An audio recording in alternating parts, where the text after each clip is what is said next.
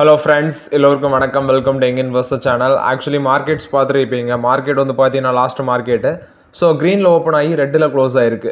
Nifty 50 113 points negative 23,092 பாயிண்ட்ஸில் close ஆயிருக்கு. Sensex 76,190 பாயிண்ட்ஸில் close ஆயிருக்கு. 329 points நெகட்டிவ்ல close ஆயிருக்கு. நிஃப்டி பேங்க் 221 பாயிண்ட்ஸ் டவுனு 48,367 பாயிண்ட்ஸில் இருக்குது. நிஃப்டி ஐடி 43,524 பாயிண்ட்ஸில் க்ளோஸ் ஆயிருக்கு. 172 பாயிண்ட்ஸ் பாசிட்டிவ். இதில் எஃப்ஐஎஸ் டிஎஸ் டேட்டா எடுத்து பார்க்கும்போது எஃப்ஐஎஸ் 2,758 கோடிக்கு நெட் செல்லஸாக இருந்திருக்காங்க. டிஎஸ் 2,402 கோடிக்கு நெட் பையஸாக இருக்கிறாங்க. கண்டினியூஸ் அந்த சார்ட்டை பார்க்கும்போது எஃப்ஐஎஸ் எவ்வளோத்துக்கு விற்கிறாங்களோ அதுக்கு ஈக்குவலாட்டு பார்த்தீங்கன்னா மார்க்கெட்டில் டிஏஎஸ் வாங்கிட்டு இருக்காங்க. இந்த ட்ரெண்ட் தான் பார்த்தீங்கன்னா மார்க்கெட்டில் கண்டினியூவாக நடந்துகிட்டே இருக்குது. ஃபஸ்ட்டு பார்த்தீங்கன்னா ஜேஎஸ்டபிள்யூ ஸ்டீலோட அந்த ரிசல்ட்ஸ் வந்து நம்ம லாஸ்ட் வீடியோவில் டிஸ்கஸ் பண்ணியிருந்தோம். ரிசல்ட்ஸ் வந்து பார்த்தீங்கன்னா ப்ராஃபிட் 70% காலி. ஜேஎஸ்டபிள்யூ ரிசல்ட்ஸ் வந்து ப்ராஃபிட் வந்து அடி விழுந்திருந்தாலும் ஓகே. பட் வந்து இப்போ டாடா ஸ்டீல் என்ன சொல்கிறாங்கன்னா Q3 ப்ரிவியூவில் நாங்கள் வந்து நெட் லாஸ் அப்படின்னு சொல்கிறாங்க. டாடா ஸ்டீல் இந்த குவார்ட்டரில் நெட் லாஸ் பண்ண போஸ்ட் பண்ண வாய்ப்புகள் இருக்குது. ப்ளஸ் வந்து பார்த்தீங்கன்னா ரெவன்யூவும் 2% டிக்ளைன் ஆக வாய்ப்புகள் இருக்குது. சீக்வென்ஷியல் பேஸில் 4% மேலே டிக்ளைன் ஆக சான்சஸ் இருக்குது அப்படின்னு சொல்லி அப்டேட் கொடுத்துருக்காங்க. இதுக்கு அவங்க சொல்கிறது ரெவன்யூ ஒரு 52,846 கோடி ப்ரொஜெக்ட் பண்ணுறாங்க. வெயிட் பண்ணி பார்க்கலாம். ஏன்னா லோவர் ரியலைசேஷன் இந்த மாதிரிப்பட்ட சில பிரச்சனைகள் மோஸ்ட்டாக சொல்ல போனால் பார்த்தீங்கன்னா சைனா ஸ்டீல் அதிகமாட்டு உள்ள வர்றது ஒரு மேஜர் ப்ராப்ளம்ஸாக இருக்குது. குறிப்பாட்டு டொமஸ்டிக்கில் ஸ்டீல் ப்ரொடக்ஷன் பண்ணுற கம்பெனிஸு. டாடா ஸ்டீலோட ஸ்டாக் ப்ரைஸ்லாம் 132 ரூபா சம்திங்லாம் இருக்குன்னு நினைக்கிறேன். ஜேஎஸ்டபிள்யூ ஸ்டீல் வந்து 937 க்ளோஸ் ஆயிருந்தாங்க. ஓவரால் இது எல்லாமே மண்டே மார்க்கெட்டில் எப்படி ரியாக்ட் ஆகுதுன்னு பார்க்கலாம். பட் ஜேஎஸ்டபிள்யூ ரிசல்ட்ஸ் டிஸ்கஸ் பண்ணிட்டோம். டாடா ஸ்டீலோட ரிசல்ட்ஸ் வரட்டு நம்ம டிஸ்கஸ் பண்ணலாம். பேங்க் ஆஃப் இந்தியா அவங்களோட Q3 ரிசல்ட் சொல்லியிருக்காங்க. ப்ராஃபிட் 35% இன்க்ரீஸ் ஆயிருக்கு. 2,557 கோடியாக இருக்குன்னு சொல்லியிருக்காங்க. அது மட்டும் இல்லாமல் இந்த டிசம்பர் குவார்ட்டரில் அவங்களோட பேட் லோன்ஸ் வந்து டிக்ளைன் ஆயிருக்குன்னு சொல்லியிருக்காங்க. இது வந்து அவங்களுக்கு ஒரு பாசிட்டிவ் அப்டேட்டாக இருக்குது. நெக்ஸ்ட் வந்து டோட்டல் இன்கம் 19,957 கோடியாக இருக்குது. இது கொஞ்சம் இன்க்ரீஸ் ஆயிருக்குன்னு சொல்லியிருக்காங்க. சேம் பீரியட் முந்தின குவார்ட்டரை கம்பேர் பண்ணும்போது ஒரு 500 கோடி பக்கம் பார்த்தீங்கன்னா 3,500 கோடி இன்க்ரீஸ் ஆயிருக்கு. நெட் இன்ட்ரெஸ்ட் இன்கம் 18,210 கோடியாக இருக்குது. இதுவும் அதிகரிச்சிருக்கு. நெட் இன்ட்ரெஸ்ட் இன்கம் 6,070 கோடியாக இருக்குன்னு சொல்லியிருக்காங்க. நெக்ஸ்ட் கம்பெனியோட ஆப்ரேட்டிங் ப்ராஃபிட் 3,703 கோடியாக இருக்குது. இதுவும் வளர்ச்சி அடைஞ்சிருக்கு. அசட் குவாலிட்டி அப்படின்னு சொல்லி பார்க்கும்போது கிராஸ் நான் பர்ஃபார்மிங் அசட் 3.69% இருக்குது. ஆக்சுவலி இது வந்து சேம் பீரியட் லாஸ்ட் இயரில் 5.35% இருந்தது. இப்போ கிராஸ் என்பிஏ ரேஷியோ வந்து பார்த்தீங்கன்னா அதிகரிச்சிருக்குன்னு சொல்லியிருக்காங்க. அதே நெட் என்பிஏ 0.85% இருக்குது. சேம் பீரியட் லாஸ்ட் இயரில் பார்க்கும்போது 1.41% இருந்திருக்கு. ஓவரால் நெட் என்பிஏ குறைஞ்சிருக்குன்னு சொல்லியிருக்காங்க இயர் ஆன் இயர் பேஸில். பட் கிராஸ் என்பிஏ இன்க்ரீஸ் ஆயிருக்கு அப்படின்னு சொல்கிறாங்க. கேபிட்டல் அடிக்யூசி ரேஷியோ 16% இருக்குது. ஃப்ளாட்டாக இருக்குது. ப்ரொவிஷன் கவரேஜ் ரேஷியோ 92.48% இருக்குன்னு சொல்லியிருக்காங்க. ஓவரால் இது வந்து பார்த்தீங்கன்னா பேங்க் ஆஃப் இந்தியா போஸ்ட் பண்ண ரிசல்ட்ஸ் அப்டேட்டு. ரிசல்ட்ஸில் பேட் லோன்ஸ் குறைஞ்சிருக்குன்னு சொல்கிறாங்க. நெட் என்பிஏ குறைஞ்சிருக்கு. டோட்டல் இன்கம் நெக்ஸ்ட் வந்து நெட் இன்ட்ரெஸ்ட் இன்கம் இதெல்லாம் ஒரு நல்ல ஒரு க்ரோத் காமிச்சிருக்காங்க.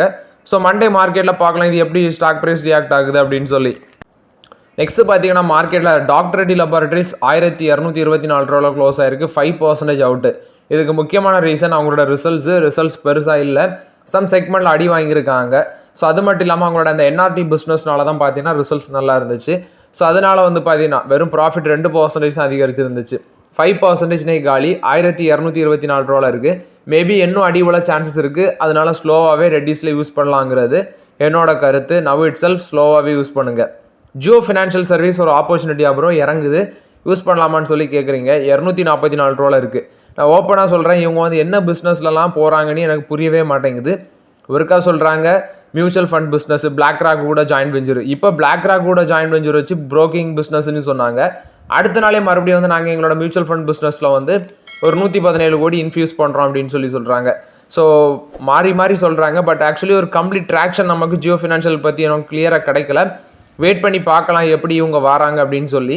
எனக்கு கிளியர் கட்டாக அது புரிய மாட்டேங்குது. அதனால தான் ஜியோ ஃபினான்ஷியல் சர்வீஸ் பக்கம் இப்போ ஒதுங்கி இருக்கிறேன். இன்றைக்கி 4% அவுட்டு. நெக்ஸ்ட்டு ட்ரெண்ட்டும் நிறைய பேர் கேட்குறீங்க. 5,490 ரூபாவில் க்ளோஸ் ஆகிருக்கு. 4% நெகட்டிவில் க்ளோஸ் ஆகிருக்கு ட்ரெண்ட்டு. இது ரொம்பவே ஓவர் வேல்யூ 100 டைம்ஸ் மேலே ஏர்னிங்ஸ் இருக்கும் கண்டிப்பாட்டு. இப்போதைக்கு ட்ரெண்டு தொட முடியாது. இது வந்து நோயல் டாட்டா சமயத்தில் இதை அவர் கண்ட்ரோலில் எடுத்த பிறகு ரேப்பிடாக க்ரோத் ஆச்சு இந்த ட்ரெண்டு. இந்த ஸ்டாக் நான் சொல்கிறதுல வந்து ஜியோ ஃபினான்ஷியல் அது வந்து ஆப்பர்ச்சுனிட்டி இருந்தாலும் உங்களோட ஓன் ஒப்பீனியன். ட்ரெண்ட் வந்து பார்த்தீங்கன்னா வேல்யூஷன் ரொம்ப high. Doctor Reddy laboratories opportunity, but அது ஸ்லோவாக யூஸ் பண்ணலாங்கிறது என்னோட கருத்து. கல்யாண் ஜுவல்லர்ஸ் கொடுத்த அப்டேட்டு, அவங்க யூகேல பார்த்தீங்கன்னா ஒரு நியூ சப்சிடரியை வந்து இன்கார்பரேட் பண்ணியிருக்காங்க. ஷேர் ப்ரைஸ் கண்டினியூஸாக கீழே விழுது ஒரு பக்கம். ஆக்சுவலி இந்த ஷேர் ப்ரைஸ் கீழே விழுறதை வந்து தடுக்கிறதுக்கு வேண்டி யூகேல நியூ சப்சிடரியை வந்து கொண்டு வந்து ஒரு 1000 கேபிட்டல் பிரிட்டிஷ் கேபிட்டல் பவுண்ட்ஸு, அதாவது கேபிட்டலுக்கு 1000 பிரிட்டிஷ் பவுண்ட்ஸை வந்து வச்சு யூகேல வந்து பார்த்தீங்கன்னா நியூ சப்சிடரியை வந்து அவங்க இன்கார்பரேட் பண்ணுறாங்க. இது மூலமாட்டி யூகேல அவங்களோட பிஸ்னஸ் தான் எக்ஸ்பேண்ட் பண்ணலாம் அப்படின்னு சொல்லி பிளான் போடுறாங்க. ஸோ இன்னைக்கு 5% கீழே விழுந்துருந்துச்சு. 458 ரூபாயில் க்ளோஸ் ஆயிருந்துச்சு கல்யாண் ஜுவல்லர்ஸ். ரொம்பவே ஓவர் வேல்யூடாக தான் இருக்குது இப்போதைக்கு. வெயிட் பண்ணலாம். ஒரு 52 வீக் லோ அவங்க வந்து 321 ரூபா இருக்குது. அந்த ட்ரெண்ட் வரும்போது வேணால் டிஸ்கஸ் பண்ணலாம். இப்போதைக்கு கல்யாண் ஜுவல்லர்ஸில் வெயிட் பண்ணுறது தான் பெட்டருங்கிறது என்னோட கருத்து. டாரண்ட் ஃபார்மா ரிசல்ட்ஸ் கொடுத்துருக்காங்க. ப்ராஃபிட் வந்து 13.54% இன்க்ரீஸ் ஆயிருக்கு. 503 கோடியாக இருக்குது. ஸோ இயர் ஆன் இயர் பேசிஸில் இன்க்ரீஸ் ஆயிருக்கு, குவார்டர் ஆன் குவார்டர் பேசிஸில் இன்க்ரீஸ் ஆயிருக்கு டாரண்ட் ஃபார்மாவோட ரிசல்ட்ஸ் ப்ராஃபிட். அது நெக்ஸ்ட் பார்க்கும்போது நெட் சேல்ஸ் 2762 கோடியாக இருக்குன்னு சொல்லியிருக்காங்க. ஆக்சுவலி இது இயர் ஆன் இயர் பேசிஸில் இன்க்ரீஸ் ஆயிருக்கு, பட் குவார்டர் ஆன் குவார்டர் பேசிஸில் அடி வாங்கியிருக்கு. இயர் ஆன் இயர் பேசிஸில் ஒரு மார்ஜினல் இன்க்ரீஸ் ஆயிருக்கு. டிவிடெண்ட் பார்த்தீங்கன்னா 26 அனௌன்ஸ் பண்ணியிருக்காங்க பெர் ஷேருக்கு. ஸோ அதுக்கு அடுத்தபடியாட்டு பார்த்தீங்கன்னா இந்தியன் பிஸ்னஸில் இந்த சிஎம்ஓ ஷட் டவுன், அடுத்தது வந்து பிஆர்எல் டிப்ரிசியேஷன், இது வந்து பார்த்தீங்கன்னா உங்களுக்கு 17% இயர் ஆன் இயர் பேஸில் அதிகரிச்சிருக்குன்னு சொல்கிறாங்க. விச் மீன்ஸ் இந்த சிஎம்ஓ சேல்ஸ்னால் இந்த இன்சுலின் அந்த சேல்ஸ் வந்து இந்த குவார்ட்டரில் இல்லவே இல்லை அப்படின்னு சொல்லியிருக்காங்க. ஸோ இது எல்லாமே பார்த்தீங்கன்னா அகைன் டிஸ்பேச்சஸ் ரீஸ்டார்ட் ஆனது ஜான்வரி 2025 தான் ஸ்டார்ட் ஆயிருக்குன்னு சொல்லியிருக்காங்க. இந்தியன் ரெவன்யூ 1581 கோடியாக இருக்குது. 12% வந்து இன்க்ரீஸ் ஆயிருக்குன்னு சொல்லியிருக்காங்க. மேட் பேசிஸில் டாரண்ட் ஃபார்மா வந்து ஃபோக்கஸ் பண்ணி குறிப்பாக இந்த தெரப்பீஸ் அந்த செக்மெண்ட்டில் வந்து நியூ லான்ச் வந்து பார்த்தீங்கன்னா பண்ண இருக்கிறாங்கன்னு சொல்லியிருக்காங்க. டாரண்ட்டுக்கு 20 பிராண்ட்ஸ் இருக்குது. அதாவது ஐபிஎம்ல டாப் 500 பிராண்ட்ஸில் இவங்களோட பிராண்ட் 13 பிராண்ட்ஸ் இருக்குன்னு சொல்கிறாங்க. ஸோ அதில் வந்து மோர் தென் 100 crores அந்த செக்மெண்ட்டில் இருக்காங்கன்னு சொல்கிறாங்க. யூஎஸ் பிஸ்னஸ் ரெவன்யூ 271 கோடியாக இருக்குது. 1% கான்ஸ்டன்ட் கரன்சி டேர்ம்ஸில் விழுந்திருக்கு. ரெவன்யூ $32 million இருக்குன்னு சொல்லியிருக்காங்க. 3% ப்ரீவியஸ் இயரை கம்பேர் பண்ணும்போது கீழே விழுந்திருக்கு. ஸோ ஓவரால் இது வந்து பார்த்தீங்கன்னா டாரண்ட் ஃபார்மா போஸ்ட் பண்ண ரிசல்ட்ஸ் அப்டேட்டு. நெக்ஸ்ட் பார்த்தீங்கன்னா இந்த டென்டா வாட்டர் ஐபிஓ இது வந்து பார்த்துருந்தேன். ஃபைனல் டேல 221.68 டைம்ஸ் வந்து பார்த்தீங்கன்னா இது வந்து சப்ஸ்கிரைப் ஆயிருக்கு. இதோட இஷ்யூ சைஸே பார்க்கும்போது 220 கோடி தான், அதாவது 220.50 crores தான். இது QIB வந்து 236.94 இன்டூ அந்த ரேஞ்சில், NII பார்க்கும்போது 507.27 இன்டூ அந்த ரேஞ்சில், NII சுமால் வந்து 408.84 இன்டூ அந்த ரேஞ்சில், NII பிக் வந்து 556.49 அந்த ரேஞ்சில், ரீட்டைல் 90.56 இன்டூ அந்த ரேஞ்சில், டோட்டல் நீ பார்க்கும்போது 221.68 இன்டூ அந்த ரேஞ்சில் வந்து பார்த்தீங்கன்னா சப்ஸ்கிரைப் ஆயிருக்கு. மேபி கிரே மார்க்கெட் ப்ரீமியம் வந்து இப்போ 41% வரைக்கும் லிஸ்ட் ஆக சான்சஸ் இருக்குது அப்படின்னு சொல்கிறாங்க. ஸோ ஓவரால் இது வந்து டென்டா வாட்டர் ஐபிஓ அதை பொறுத்த வரைக்கும் அப்டேட்டு. நெக்ஸ்ட் பார்த்தீங்கன்னா அதானி குழுமத்தில் வந்து அப்டேட்டு. ஸோ இன்னைக்கு ஈவினிங் ஒரு நியூஸ் வந்துச்சு, விச் மீன்ஸ் மார்க்கெட் ஆக்டிவில் இருக்க ஈவினிங் டைமில். அப்போ Adani green energy, Adani power இதெல்லாம் கீழே விழுந்துச்சு. என்னன்னு பார்க்கும்போது ஸ்ரீலங்காவில் இவங்களுக்கு ஒரு பவர் டீல் வந்து கிடச்சிருந்துச்சு அதானி குழுமத்துக்கு. அந்த டீலை வந்து பார்த்தீங்கன்னா அந்த ப்ராஜெக்டை வந்து இப்போ இருக்கிற அனுராக் குமாரா திசைநாயக்கா கவர்மெண்ட் வந்து என்ன பண்ணுறாங்கன்னா ஒரு கமிட்டி அப்பாயின்மெண்ட் பண்ணி இந்த ப்ராஜெக்டை நீங்கள் ரிவ்யூ பண்ணுங்கள், இதில் ஏதாவது கரப்ஷன் அல்லது ஏதாவது பிரச்சனை இருக்குதா அப்படின்னு சொல்லி. ஸோ அந்த டெண்டரை வந்து கேன்சல் பண்ணிட்டாரு. விச் மீன்ஸ் அந்த பவர் பர்ச்சேசிங் டீலை வந்து ஸ்ரீலங்கா கவர்மெண்ட் கேன்சல் பண்ணிட்டாங்க அப்படின்னு சொல்லி ஒரு ரிப்போர்ட் வந்து. அடுத்தது இன்னொரு நியூஸ் என்ன சொல்கிறாங்கன்னா அதானி குழுமம் வந்து, அதாவது இந்த நியூஸுக்கு அதானி குழுமம் மறுப்பு தெரிவிச்சிருக்காங்க. அது வந்து ஃபேக் நியூஸ் அப்படின்னு சொல்லி அதானி குழுமம் தரப்பில் வந்து சொல்கிறாங்க. பட் ஆக்சுவலி எது உண்மை அப்படின்னு சொல்லி நமக்கு இன்னும் தெரிய வரல. தெரிய வந்துச்சுன்னா நான் அப்டேட் பண்ணுறேன். நெக்ஸ்ட் வந்து பார்த்தீங்கன்னா NTPCயோட Q3 ப்ரிவியூ சொல்கிறாங்க. இதில் வந்து ரெவன்யூ அண்ட் நெட் ப்ராஃபிட் வந்து அதிகரிக்க சான்சஸ் இருக்குது. ஏன்னா பவர் ஜென்ரேஷன் ப்ளஸ் வந்து கேபிட்டல் எக்ஸ்பெண்டிச்சர் ஸ்பெண்டிங் அதிகரிச்சதுனால அதிகரிக்க சான்சஸ் இருக்குன்னு சொல்கிறாங்க. ஸோ ரெவன்யூ 9% வரைக்கும் அதிகரிக்கும், 43,014 கோடி வரைக்கும் போகும் அப்படின்னு சொல்கிறாங்க. ப்ராஃபிட்டும் 9% இன்க்ரீஸ் ஆக சான்சஸ் இருக்குன்னு சொல்கிறாங்க. வெயிட் பண்ணி பார்க்கலாம். ஓவராலாட்டி NTPC இப்போ வந்து ஒரு நல்ல ஆப்பர்ச்சுனிட்டி கொடுத்துச்சு. 308 ரூபா அந்த பக்கம்லாம் வந்தாங்க. இப்போ 330 சம்திங்கில் இருக்கும்னு நான் எக்ஸ்பெக்ட் பண்ணுறேன்.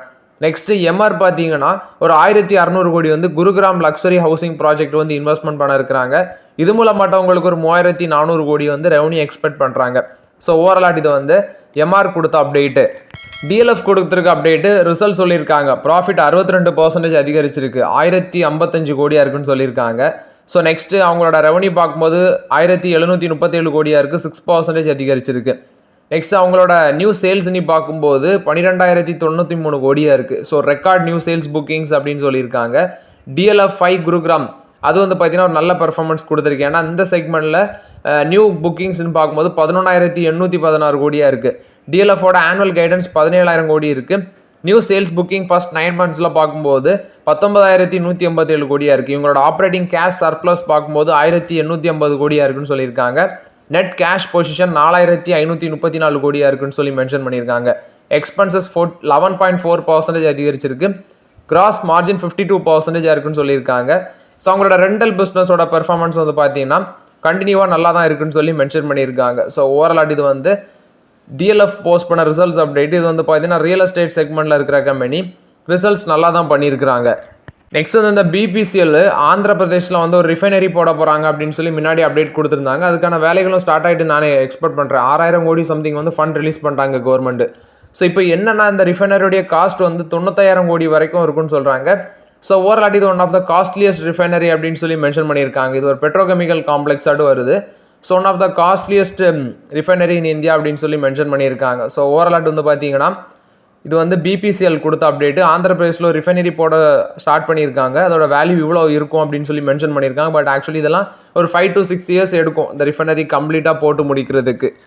ஸோ ஓகே ஃப்ரெண்ட்ஸ், ஆக்சுவலி இந்த வீடியோவில் சில இம்பார்ட்டன்ட் அப்டேட்ஸ் எல்லாமே டிஸ்கஸ் பண்ணுவோம். இந்த வீடியோ உங்களுக்கு பயனுள்ளதாக இருக்கும்னு நினைக்கிறேன். பயனுள்ளதாக இருந்துச்சுன்னா லைக் பண்ணுங்கள், சப்ஸ்கிரைப் பண்ணுங்கள், கமெண்ட் பண்ணுங்கள். Okay friends, thank you.